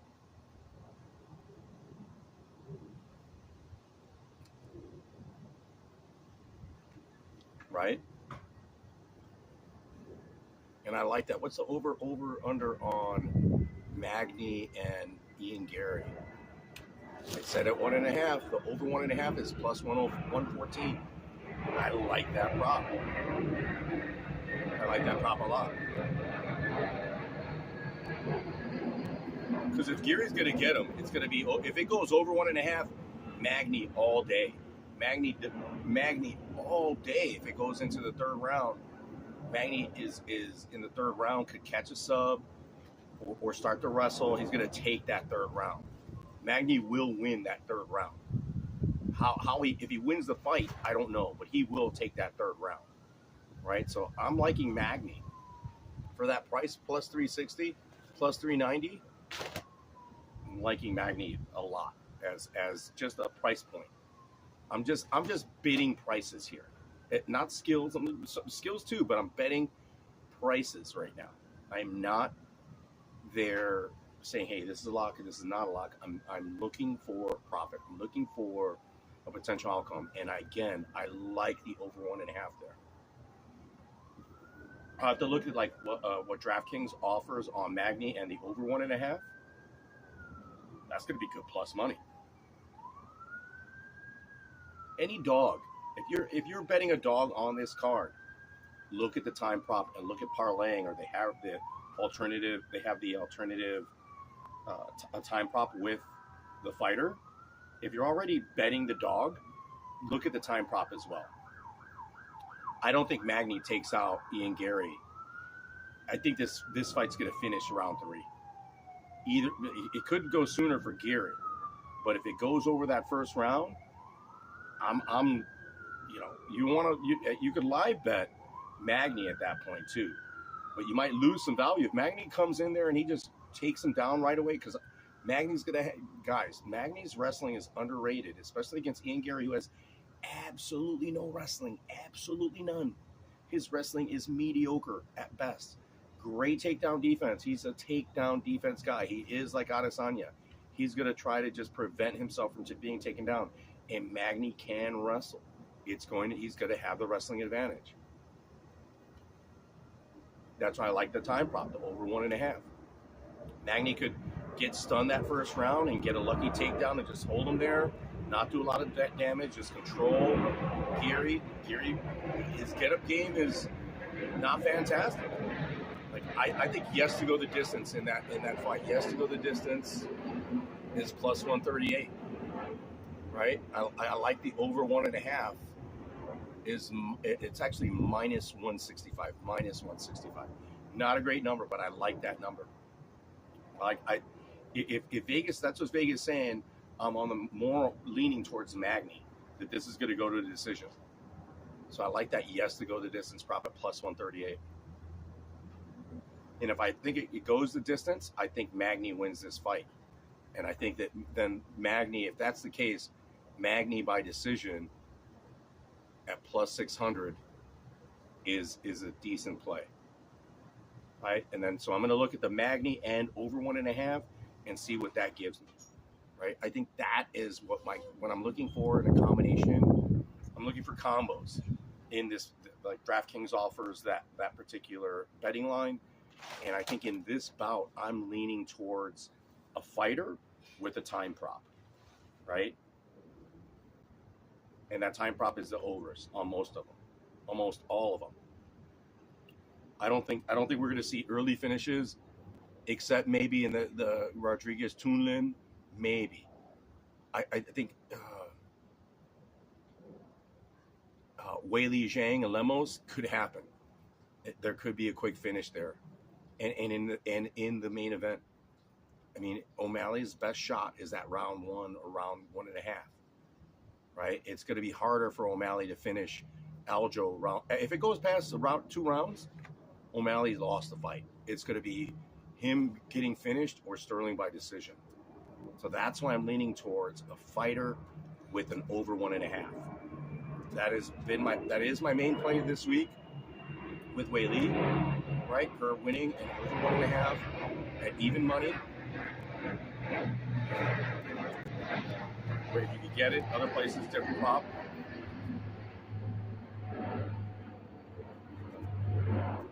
But a decent betting card, guys. Good card.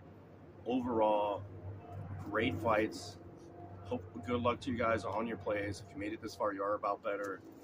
Hit me up in the comment section. Please like and share and subscribe. Thank you so much. Hope everything's going well. We'll catch you on the other side. Maybe I'll go live tomorrow.